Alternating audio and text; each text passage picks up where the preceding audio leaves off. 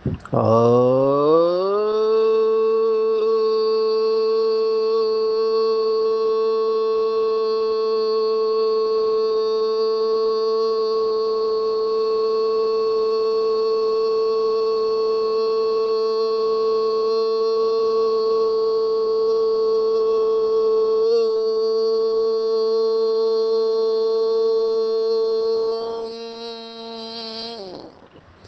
Shanti.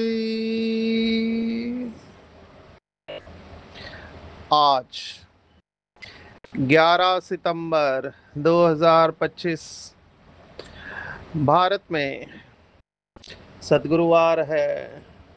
Today is 11th September 2025 and it's Thursday in Bharat. आज की मुरली का जादुई रहस्य स्वयं को प्रेरणा देने के लिए magical secrets of today's Murli for motivating the self. आज की साकार मुरली बहुत प्रैक्टिकल मैं कहूँगा। बाबा श्रीमद् भगवत गीता के छठे अध्याय का 5वां श्लोक की गहराई में जा रहे हैं।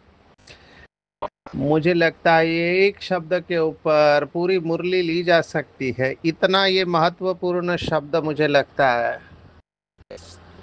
और वो शब्द है मित्र। मित्र ये शब्द बहुत सुंदर है। मित्र का विरोधी शब्द है शत्रु। या तो आप मित्र हो या शत्रु हो। इस समय दुनिया में जो दुख है इसकी गहराई में ये शत्रुता है। अभी मैं मुंबई में हूँ तो आज मैं जो रिकॉर्डिंग कर रहा हूँ वेल इन एडवांस कर रहा हूँ, क्योंकि मधुबन में फिर डॉक्टर्स का कॉन्फ्रेंस चालू होने वाला है। तो मुंबई में आज मंडे के दिन मैं ये रिकॉर्डिंग कर रहा हूँ 8 सितंबर को 11 तारीख का। और यहाँ पर रैली निकली है, ईद की रैली। अभी देखो, एक दिन पहले अनंत चतुर्दशी थी महाराष्ट्र में, माना गणेश की विसर्जन यात्रा थी। और आज ये रैली निकली है। पुलिस सिक्योरिटी देखते ही बनती है। कितनी अंदर मित्र भाव होना चाहिए, लेकिन वही है, एक व्यक्ति ने अगर कुछ गड़बड़ कर दिया तो माहौल बिगड़ने में टाइम नहीं लगता है। इस समय मनुष्य में अंदर से बहुत गहरी असुरक्षितता का भाव है। अभी इसी भाव के ऊपर राजनीति की जाती है तो हमको इन भावों से कलयुग के दूर रहना चाहिए, नहीं तो इसमें फंसने के चांसेस है। मनुष्य जिसे धर्म समझता है वो बिलीफ सिस्टम है।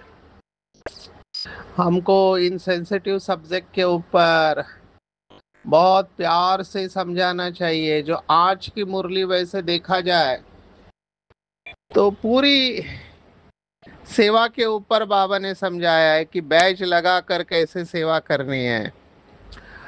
और आज का सामान है कि हम फायर ब्रिगेड है, काम की अग्नि को बुझाने वाले फायर ब्रिगेड। ऐसा सामान शायद ही कोई देगा। तो उपद्रव की बात आज की मुरली में आई है, ट्रेन में सर्विस करने की बात आई है। बहुत इंपॉर्टेंट जो मेरे लिए दूसरी बात है मित्र के बाद, कि अगर किसी से झगड़ा आदि हुआ उसका चिंतन नहीं करना है। ये मेरे लिए बहुत इंपॉर्टेंट बात है, क्योंकि यहाँ पर मेजॉरिटी अटक जाते हैं, बीती हुई बातों को याद करके दुखी हो जाते हैं। तो हम इन दो पॉइंट्स के गहराई में जाएंगे, क्योंकि ये धारणा की बातें हैं और शांति का संदेश देने वाले, शांति के मैसेंजर बनना है। ये आज की पूरी मुरली है। मैं आता हूँ मित्र के ऊपर जिन्होंने संस्कृत भाषा का अभ्यास किया है। उनको पता है कि संस्कृत में कई सारे सुभाषित होते हैं, एक प्रकार से महावाक्य आप कह सकते हैं। तो बहुत प्रसिद्ध सुभाषित मैं कहना चाहूंगा संस्कृत का। वो सुभाषित इस तरह से है, न कश्चित कस्यचित मित्रम न कश्चित कस्यचित रिपुः, रिपु शत्रु को कहते हैं। व्यवहारेण जायन्ते मित्राणि रिप्वस्तथा, ये दूसरा लाइन बहुत इंपॉर्टेंट है। व्यवहारेण जायन्ते मित्राणि रिप्वस्तथा, माना शत्रु और मित्र हमारे व्यवहार के ऊपर होता है। कोई भी किसी का स्वाभाविक मित्र या शत्रु नहीं होता है। तो हमारा व्यवहार डिसाइड करता है कि लोग हमारे मित्र है या शत्रु है। Now let's come to practical. दुनिया में लोग इसके ऊपर बहुत बोलते हैं, बहुत भाषण करने वाले हैं। किसी ने कहा आग लगाने के लिए माचिस की तीली की जरूरत ही नहीं है, लोग एक दूसरे को देख के ही जलते हैं। ऐसे ऐसे शब्दों का प्रयोग करते हैं। एक दूसरे को देख के ही जलन होती है, अग्नि पैदा होती है। हमारे तो मेडिकल साइंस में एक केस रिपोर्टेड हुई है कि दो डॉक्टर, अभी देखो, आपस में कंपटीशन मोड में, इतनी शत्रुता कि एक दूसरे को देखने के बाद दोनों के शरीर में रैली माना रैश रैश आ जाती है, खराश आ जाती है। इरिटेशन हम कहते हैं, अंग्रेजी का शब्द है इरिटेशन, हिंदी में खराश, खुजली, जो भी आपको। तो ये मन के साथ कनेक्टेड फैक्टर है। जब हमको कोई इरिटेट करता है तो हमारी त्वचा भी इरिटेट होने लगती है। तो शरीर और मन का बहुत गहरा कनेक्शन है। Let's come to Bhagavad Gita. Bhagavad Gita क्या कहती है?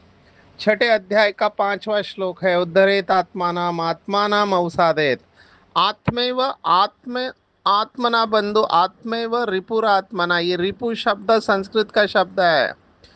तो आत्मा अपना ही मित्र और अपना ही शत्रु है। अगर किसी को अपना शत्रु देखना हो तो आईने के सामने खड़े रहे। कल के मुरली में बाबा ने कहा था महान कमबख्त, महान कमबख्त देखना है तो यहाँ देखो, महान बुद्धिवान देखना है तो भी यहाँ देखो। तो आत्मा ही अपना मित्र और शत्रु है। इसके गहराई में जाएंगे, बहुत गहराई में जाकर इसका चिंतन करेंगे। मैं जब ये सेशन में लेता हूँ स्ट्रेस मैनेजमेंट, तो लोगों को स्वीकार करना कठिन जाता है। कहते हैं कि उसने मुझे ऐसा ऐसा कहा, कहा तो कहा, सबके सामने कहा, मेरा अपमान किया, मुझे अपशब्दों का इस्तेमाल किया, मेरी इज्जत सबके सामने उतार दी। क्या क्या शब्द इस्तेमाल करते हैं, केवल बोल बोले रहते हैं। तो मैं इसके ऊपर गहराई से जाता हूँ। बाबा ने भी इसके ऊपर मुरली चलाई है। बाबा पहले अव्यक्त मुरली में कहता था कि फीलिंग की बीमारी आती है। ये हर्ट की फीलिंग कई लोगों में आती है, और फिर जिसने हर्ट किया हुआ रहता है उसके प्रति हम ग्रंथि बना लेते हैं या गांठ मार लेते हैं अपने अंदर। तो ये ग्रंथि आपको भारी करेगी। एक्चुअली हर्ट फीलिंग या दुख देना, इन बातों की गहराई में जाओगे तो पता चलेगा कि कोई किसी को दुख देता नहीं। हाँ, अनलेस फिजिकली, शारीरिक रूप से आपको तकलीफ देता है, मारता है, वो बात अलग है, लेकिन किसी के बोल से कुछ नहीं होता है। हम इसके ऊपर सेशन लेते हैं। समझो किसी ने आपको कुछ कह दिया जो नहीं कहना चाहिए, और जो झूठ है नहीं सच, झूठ है, कह दिया। मैं इसका उदाहरण ऐसे देता हूँ कि जैसे अपशब्दों का इस्तेमाल करते, गाली देते हैं, तो जानवरों के नाम लेते हैं, तो जानवर कहते ही लोगों को गुस्सा आता है, और वो तुरंत बोलते मैं नहीं जानवर, तुम ही जानवर हो। तो अभी तक आप जानवर नहीं थे, लेकिन सामने वाले के एक शब्द ने आपके अंदर का जानवर जागृत कर दिया। माना आप रिएक्ट हो गए उसके शब्द से। लेकिन इंटरेस्टिंग बात यहाँ पर यह है कि उसी व्यक्ति को आप कहो कि तुम तो शेर हो, शेर, तो शेर बोलते ही उसको अच्छा फीलिंग आता है। अरे शेर भी तो जानवर ही है ना। तो यहाँ पर मनुष्य क्या कर रहा है, जानवर शब्द का अर्थ अलग निकाल रहा है, शेर शब्द का अर्थ अलग निकाल रहा है। ये अर्थ निकालने वाले हम हैं। तो जब कोई बात कहता है जो नहीं बोलना चाहिए, उस बात के ऊपर चिंतन करके अपने को दुख देने वाले हम ही हैं। तो हमारा जो हर्ट या दुख की फीलिंग है उसको निर्माण करने वाले हम होते हैं।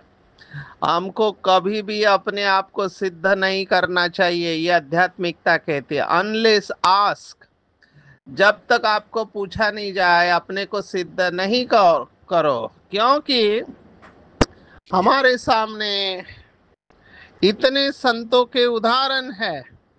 ये सृष्टि का शायद नियम ही है कि संतों को तकलीफ दी गई है, कितनी तकलीफ दी गई है, लेकिन वहां पर ही हमारे अंदर का संतत्व माना अच्छाई दिखाई देती है। जब परिस्थिति आती है तब स्थिति का पता चलता है। क्यों बाबा ये बार बार कह रहा है, कोई आपकी ग्लानि करे तो उसको गले लगाओ, गाली दे तो उसको फूल चढ़ाओ, अपकारी के ऊपर उपकार करो, निंदक को मित्र समझो। ये सब कहावतें क्यों आई हुई है, इसके पीछे गहरा भाव है। गहरा भाव क्या है, तो मैं इसे इस तरह से लेता हूं। जब कोई हमारी निंदा करता है, टिका करता है, तब मुझे अंदर से अगर हर्ट फीलिंग आती है, तो किसको हर्ट हुआ, अपने से बात करो तो गहराई में जाएंगे तो पता चलेगा। अंग्रेजी में एक कहावत है, if it hurts it's ego. जो ठेस लगती है अंदर वो देह अभिमान को लगती है। अगर आप देही अभिमानी हैं तो आपको बिल्कुल बुरा नहीं लगेगा लोगों की बातों का। ये अवस्था है। मैंने शायद परम आदरणीय गुलजार दादी का उदाहरण दिया था, और बहुत प्रैक्टिकल उदाहरण है। इसलिए बड़ों के साथ में रहने के फायदे होते हैं जो तपस्वी आत्माएं हैं।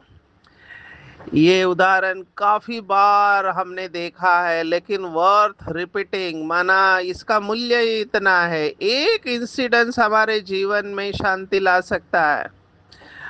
परम आदरणीय दादी गुलजार जी नॉर्थ जोन के लिए निमित्त थी, दिल्ली में रहती थी। तो एक ऐसे ही टीचर डिस्टर्ब होके दादी के पास आए। अभी देखो, हम ये समझ सकते हैं कि यज्ञ में बहुत सारे चैलेंजेस है। किसी को शारीरिक तकलीफ होती है, किसी को मानसिक तकलीफ होती है, ज्यादातर संबंधों में तनाव होता है, और भी कई सारी बातें हो सकती है, पर ज्यादातर रिलेशनशिप चैलेंजेस है। तो अभी गुस्सा अंदर भर गया, वो क्या करेगी, आके उन्होंने दादी को सुना दिया जो नहीं बोलना चाहिए। अभी दादी तो बिल्कुल रिएक्ट नहीं कर रही है, लेकिन दादी के साथ में जो ब्राह्मणी है उन्हें गुस्सा आ रहा था, लेकिन दादी चुप थी, इसलिए वो ब्राह्मणी भी चुप रही। और फिर वो जिस बहन ने जो भी दादी को बोला उसका गुब्बारा फट गया, वो चली गई। उसके बाद साथ वाली ब्राह्मणी ने दादी को कहा, दादी सुना उसने क्या कहा। तो दादी ने एक लाइन में कहा, हाँ बेचारी डिस्टर्ब लग रही थी। बस ये अवस्था है। दादी को गुस्सा नहीं आया, दादी को रहम आया। ये फर्क है बॉडी कॉन्शियसनेस और सोल कॉन्शियसनेस में। जब आप अपने साथ बिल्कुल स्पष्ट हो, अंदर से आपके अंदर क्लैरिटी है आप क्या कर रहे हो, तो आपको रिएक्ट करने की जरूरत ही नहीं है। अब ये बहुत गहरा सबक हमको सीखना है। मुझे लगता है योगी का कोई भी दुश्मन नहीं होना चाहिए। अगर है तो मैं उसे 100% योगी नहीं कहूंगा। और बाबा के बच्चे, प्यार के सागर के बच्चे, जो को दुनिया में झगड़े होते हैं, मैं समझ सकता हूँ। बेचारों के पास परमात्मा का प्यार नहीं है, बाबा छोरा और छोरी शब्द इस्तेमाल करते हैं। जिनके माँ बाप नहीं होते हैं वो बच्चे आपस में लड़ाई झगड़ा करते हैं, निधन के बाबा कहता है। अभी हमको तो शिव बाबा मिला है, तो कितना प्यार से चलना चाहिए, लेकिन प्रैक्टिकली देखा गया है कि एक दूसरे को देखना भी पसंद नहीं करते हैं। मुझे तो बहुत वंडर लगा, अभी मैं कई सारी बातें यहाँ बोल नहीं पा रहा हूँ। बाबा के बच्चे मास्टर स्नेह के सागर होने चाहिए, लेकिन कई बार जब गुस्से में होते हैं तो ऐसे शब्द जैसे कि आग फेंक रहे आग। अभी आपको जो कुछ भी बोलना है, अंग्रेजी में कहावत है, criticise in private and praise in public. आपको समझो किसी को कुछ बोलना भी है तो अकेले में, वो भी सम्मान के साथ अपनी भावनाओं को व्यक्त करना चाहिए। लेकिन बॉडी कॉन्शियसनेस की कमाल है कि उस समय सब भूल जाते हैं कौन है, किसके बच्चे हैं, क्या बोल रहे हैं, क्या कर रहे हैं। और ये सब इसलिए होता है क्योंकि बाबा की याद रहती नहीं है। अगर आज की मुरली को ही देखो कि हमारे अंदर ही ये काम की अग्नि, काम माना केवल काम विकार नहीं, हमने बहुत बार देखा काम विकार का जड़ है कामनाएं। अगर हमारे अंदर ही हद की कामनाएं हैं, नाम मान शान की कामनाएं, मैंने एक आत्मा को देखा, बहुत सीनियर, अभी वरिष्ठ आत्मा है, तो अवस्था कैसी चाहिए, लेकिन वही है नाम मान शान की इच्छा। अभी आपका जो भी इशू है आप अकेले में, लेकिन सबके सामने बोलते हैं तो वो सबको दिखाई देता है। तो बेसिक बात, रूल ऑफ थंब आपको बता रहे हैं, जब आपको लगता है कि आप ऐसा कुछ बोलने वाले हैं, करने वाले हैं जिससे कि यज्ञ का नाम बदनाम होने वाला है, आपका चार्ट भी खराब होने वाला है, वहां से निकल जाओ। वहां से निकल जाने में आपकी भलाई है, वहां रखो ही मत। ये ट्रिगर है आपके सामने खड़ा हुआ, ये एंगर मैनेजमेंट को समझना है, क्योंकि एंगर और शत्रुता दोनों साथ में जाते हैं। शत्रु के ऊपर गुस्सा करते हैं, जैसे बाबा कहता है कि पुतले जलाते हैं। रावण का पुतला क्यों जलाते हैं? क्योंकि गुस्सा है रावण के ऊपर। लेकिन रावण है कि मरता ही नहीं है। अभी दशहरा आने वाला है अक्टूबर में, तो मैं चाहूंगा इसके ऊपर चिंतन करें। बाबा के बच्चों का कोई भी दुश्मन नहीं होना चाहिए। मेरे 5 स्वमान है, मैंने अपनी आंखों के सामने लिखे हुए हैं, और वो विश्व की स्टेज पर है कि मैं विश्व सेवाधारी हूँ, विश्व रक्षक हूँ, विश्व परिवर्तक हूँ, विश्व कल्याणकारी, और आज के मुरली के संदर्भ में विश्वामित्र हूँ। ये पूरा विश्व मेरा मित्र है, मेरा कोई भी शत्रु नहीं है। भले सामने वाला शत्रुता रखता हो, लेकिन मेरा कोई शत्रु नहीं है। कोई अपने संस्कारों से नाराज होता है, हम कुछ नहीं कर सकते हैं। हमको शुभ भावना शुभ कामना में रहना है। मैं तो हमेशा कहता हूँ जीत उसी की होगी लास्ट में जो निरंतर अनकंडीशनल बिना किसी शर्त के शुभ भावना और शुभ कामना रखता है। इसके ऊपर बहुत गहराई से चिंतन करें। आज की पूरी मुरली मित्र भाव के ऊपर है। हमारा कोई भी मित्र नहीं है। देखो सतयुग के बारे में सोचे, सतयुग में न प्रकृति न देहदारी, कोई भी हमारे दुश्मन होते ही नहीं है। तो वो कॉन्शियसनेस यहाँ से हमको लेके जाना चाहिए।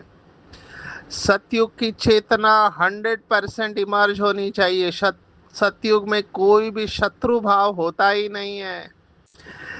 तो इसके ऊपर गहराई से चिंतन करें, अपने से बात करें, क्या मेरे अंदर किसी के प्रति शत्रु भाव है या मित्र भाव है। अगर शत्रु भाव है, एक के प्रति भी है, मैं भगवान हूँ आज शिव बाबा के महावाक्य याद दिला रहा हूँ, अगर एक से भी तिरस्कार है, माना पसंद नहीं करते हैं, मुंह टेढ़ा कर देते हैं, कड़वाहट शब्द आ जाता है। बाबा ने कुछ दिन पहले कहा था कड़वाहट। अगर एक के प्रति ही अंदर कड़वाहट है तो आप योग नहीं लगा सकते, असंभव है। ये भगवान आज है। क्यों? क्योंकि जैसे आप योग लगाने जाओगे उस व्यक्ति का चेहरा, वो सब बातें आपके सामने आएंगे। आज की दूसरी बात मैं लेना चाहूंगा जो इसी से कनेक्टेड है। कौन सी बात है? किसी ने कुछ बोल दिया, वो बातें चितवो नहीं। बाबा ने कहा उसको बार बार याद करके अपने को दुखी मत करो। हम खुशी के सागर के बच्चे हैं। दुख क्यों होना चाहिए? पुरानी बातों को याद नहीं करना चाहिए। अगर पुराने बातें बार बार याद करके अपने को दुखी करते हैं, इसका मतलब उस फाइल को आपने अभी तक क्लोज नहीं किया है। तो इसके ऊपर चिंतन करना, क्योंकि ये बात आपको बाबा से शक्तियां खींचने में विघ्न उत्पन्न करेगी। तो मेरे हिसाब से ये बहुत इम्पोर्टेंट बात है। किसी ने कुछ, देखो मैं बाबा के शब्द पढ़ना चाहूंगा। कोई से झगड़ा आदि हुआ, पास हुआ, उनका चिंतन नहीं करना है। अच्छा, कोई ने कम जास्ती बोला, तुम उनको भूल जाओ। अब ये भूल जाना क्यों पॉसिबल नहीं है? मैं जब काउंसलिंग करता हूँ तो लोग कहते भूलना मुश्किल है क्योंकि इन्होंने ऐसा ऐसा बोला, मेरे दिल को जख्म हो गया। अभी किसको जख्म हुआ? एक्चुअली वो दिल को नहीं हुआ, देह अभिमान को ठेस पहुंची है। तो रखना क्यों है ऐसा देह अभिमान और अहंकार जिससे तकलीफ होती है? बाबा कह रहा है उनको भूल जाओ। कल्प पहले भी ऐसे बोला था, वह बातें याद रहने से फिर बिगड़ते रहेंगे। वह बात फिर कभी बोलो नहीं। अभी हमने क्या देखा है, कुछ लोग, अभी उसमें भाई है माता है, आप समझ जाओ, पुरानी बातों को याद करके रिवाइज करते हैं। 10 साल 15 साल पहली बात को बुद्धि में बार बार रिवाइज करते हैं, और कुछ हो गया समझो, अभी 10 साल के बाद 15 साल के बाद भी कुछ हो गया, उसी बात को निकाल के बार बार उसके ऊपर बोलते रहते। माना ये वैसी ही बात है कि आप जख्म के ऊपर जो त्वचा आती है उसको आप निकाल रहे बार बार, उसका ब्लीडिंग कर रहे हैं। माना वो अल्सर, वो जख्म को, घाव को आप भरने ही नहीं दे रहे। इसलिए भूल जाओ, वो बात फिर से रिपीट होने वाली है। मुझे शिव बाबा की ये बात बहुत अच्छी लगी। एक मुरली में बाबा ने कहा था कि बातों में भी बच्चों से ज्यादा समझ होती है। वो बात भी ड्रामा में जो हुई बात, समझो किसी के साथ झगड़ा हुआ, किसी ने गुस्से में कुछ बोल दिया जो नहीं बोलना चाहिए, वो बात भी समझदार है। उसको पता है मेरा इस कल्प का पार्ट पूरा हो गया, अभी मुझे फिर से अगले कल्प में आना है। तो वो बात समझदार है, लेकिन बच्चे उस बात को पकड़ के बैठते हैं। और हमने एक ऑब्जर्वेशन किया है, जैसे उम्र बढ़ने लगती है, ये सब बातें शरीर के अंदर, मन के अंदर जमा होने लगती है। तो बातों को जमा नहीं करो, नहीं तो गांठ बन जाएंगी। महाराष्ट्र में एक शब्द इस्तेमाल करते हैं, आतल्या गाठीचा। माना अंदर गांठ बांध के रखते हैं इन बातों के। उनको मत रखो। जितने गांठ अंदर होंगे उतना शरीर में गांठ उत्पन्न हो जाएगी। हार्ट अटैक में भी खून की गांठ होती है, तो हम कहते हैं छोड़ दो। स्पिरिचुअलिटी और आध्यात्मिकता माना, मैं एक शब्द में कहूंगा, लेट गो करना। आर्ट ऑफ लिविंग, लिविंग का स्पेलिंग है LIVING, नहीं LEAVING, लिविंग। छोड़ दो, माफ करो, यही स्पिरिचुअलिटी है। अगर हम किसी को क्षमा नहीं कर पाते हैं या रहम दिल नहीं बनते हैं, तो मुझे लगता है कि हमें अभी स्पिरिचुअलिटी में और साधना करनी चाहिए। किसी को सजा देने की कोशिश ही नहीं करनी चाहिए, क्योंकि दुश्मन को सजा देने जाते हैं लोग। पहले तो दुश्मन होना नहीं चाहिए।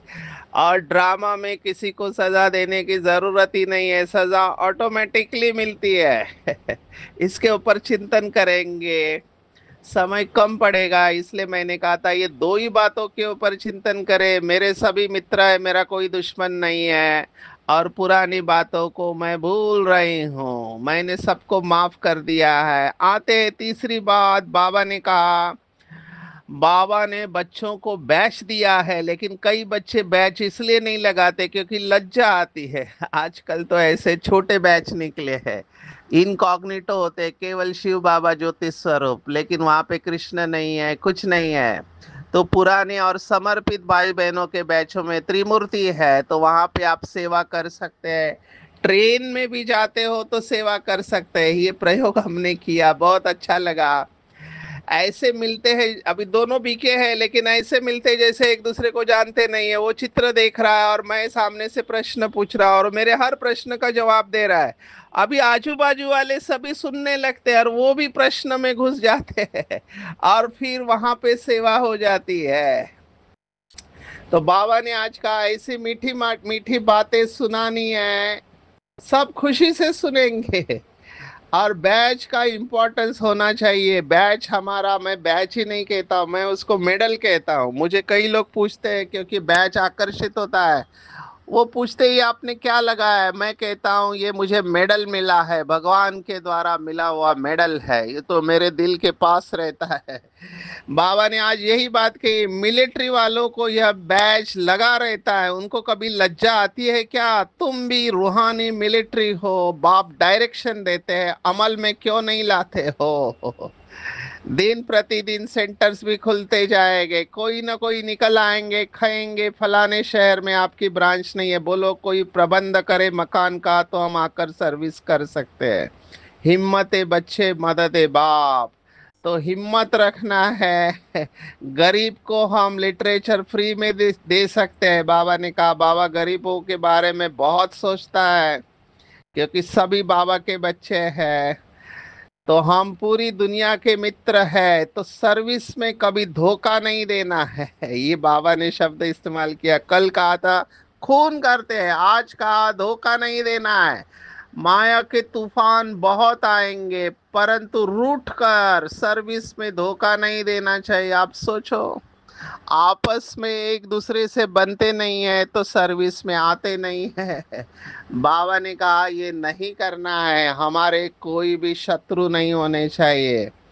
अभी हम सतयुग में जा रहे हैं जहाँ पे कोई भी उपद्रव नहीं, वहां तो प्रकृति भी सुखदाई होती है, यहाँ पे प्रकृति भी दुश्मन है।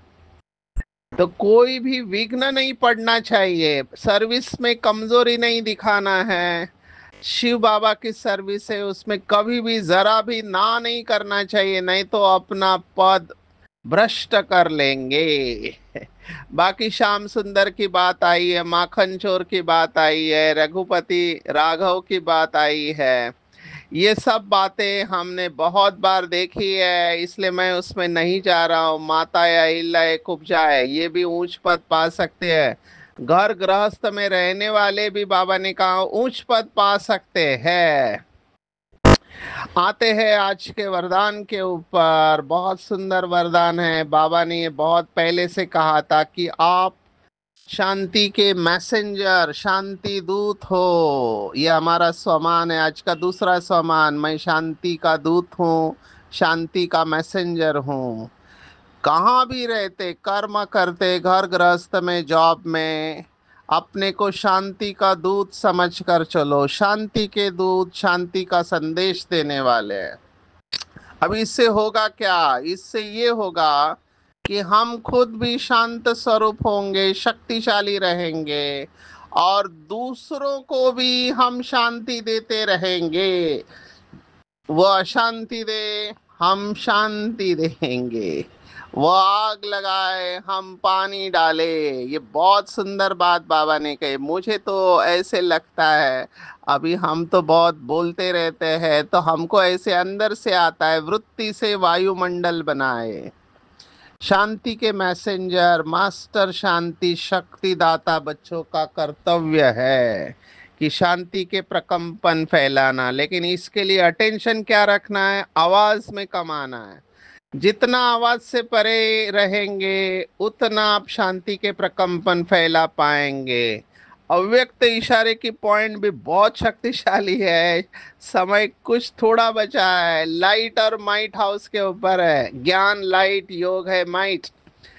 जब ज्ञान और या योग, ये दोनों शक्तियों से संपन्न होंगे तभी कहेंगे मास्टर सर्वशक्तिवान। और ऐसे जो लाइट हाउस माइट हाउस रहते हैं, वो किसी भी परिस्थिति को सेकंड में पार कर लेते हैं, सदा विजयी रहते हैं। सबसे बड़ा समान है मास्टर सर्वशक्तिवान। आज की पूरी मुरली में टेक होम है कि मैं विश्वामित्र हूँ, मेरे सभी मित्र है, किसी से भी शत्रुता नहीं है।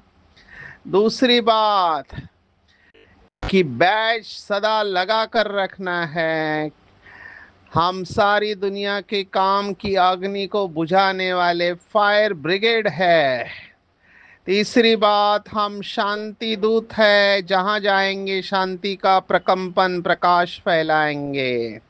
आवाज से परे रहना है, योग में सदा लाइट और माइट हाउस स्थिति का अनुभव करेंगे तो सेकंड में किसी भी परिस्थिति से पार हो जाएंगे। कभी भी आपस में रूठ कर सर्विस में धोखा नहीं देना है, न विघ्न रूप बनना है, निर्विघ्न रहना है और सेंटर को निर्विघ्न बनाना है, अपनी कमजोरी नहीं दिखानी है। कभी किसी से अगर झगड़ा हुआ पास हुआ, उसका चिंतन नहीं करना है। कोई ने कुछ जास्ती बोला, उसको भूल जाओ, कल्प पहले भी हुआ था, वो बात फिर कभी बोलो ही नहीं। अच्छा, ओम शांति।